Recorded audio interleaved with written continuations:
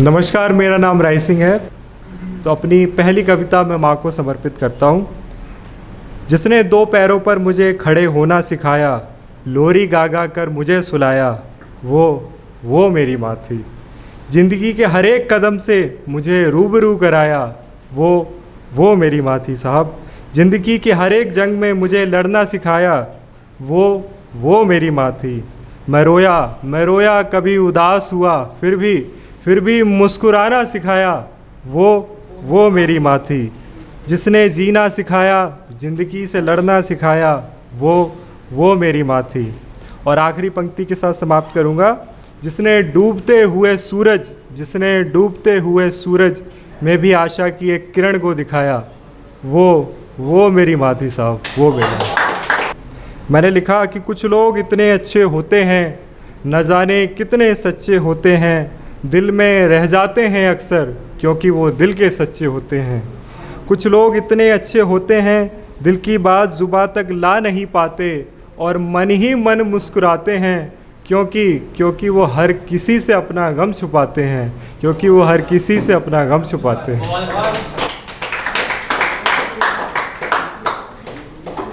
और प्यार मोहब्बत की शुरुआत किस तरीके से होती है उसके लिए दो पंक्ति मैंने लिखी। मैंने लिखा कि शुरुआत होती है पहले कदम से, दूसरा कदम भी बढ़ाया है, मोहब्बत है उनसे मगर उन्हें कुछ नहीं बताया है, मन तो करता है कि आखिरी निगाहों तक केवल और बस केवल तुम्ही को देखे, मन तो करता है कि आखिरी निगाहों तक केवल और बस केवल तुम्ही को देखे, मगर ये कमबख्त घड़ी की सुइयां जवाब दे जाती हैं और हमें वापस अपने शहर ले जाती हैं, अब मैं आपको कॉलेज की यात्रा कराना चाहूँगा, आपके कॉलेज के दिनों की याद कराना चाहूँगा। कॉलेज के ऊपर लिखा, वो उनसे मिलना, वो उनसे बातें करना और बातों ही बातों में उनका मुस्कुराना आज भी याद आता है। वो घंटों की क्लासों का मिनटों में ख़त्म होना, वो राहें बिछाकर छुट्टी का इंतज़ार करना, वो छुट्टी के बाद उनकी साइकिल का पीछा करना आज भी याद आता है। वो उनके लिए दिल में जज्बातों का जागना, वो उनकी हर छोटी से छोटी बात के लिए जज्बाती होना आज भी याद आता है। वो उनसे बात करने के बहाने ढूंढना, वो उनसे नोटबुक मांगना, वो उनकी नोटबुक की हैंडराइटिंग की कॉपी करना आज भी याद आता है। और आखिरी पंक्ति है कि वो छोटी छोटी बातों पर गुस्सा करना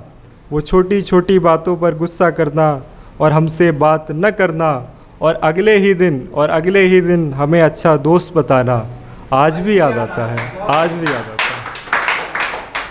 अब कुछ लोग आपके आसपास भी ऐसे हैं जो अब इस दुनिया में नहीं हैं, लेकिन हमारे दिलों में वो आज भी ज़िंदा हैं। तो उनके लिए मैंने 3 पंक्ति लिखी। ज़िंदगी से क्यों चले जाते हैं लोग, दिल में कोई बात है जो कह नहीं पाते हैं लोग। इन आँखों ने जिस चेहरे को हमेशा हंसते हुए देखा, मुस्कुराते हुए देखा, आखिर में क्यों चले जाते हैं वो लोग।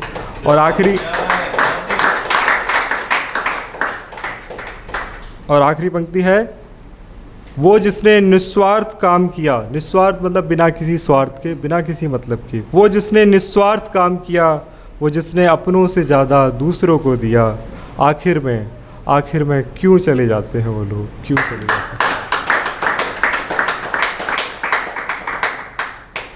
और आखिरी कविता मैं अपने दोस्तों, अलीगढ़ के दोस्तों के ख़ास तौर पे समर्पित करता हूँ।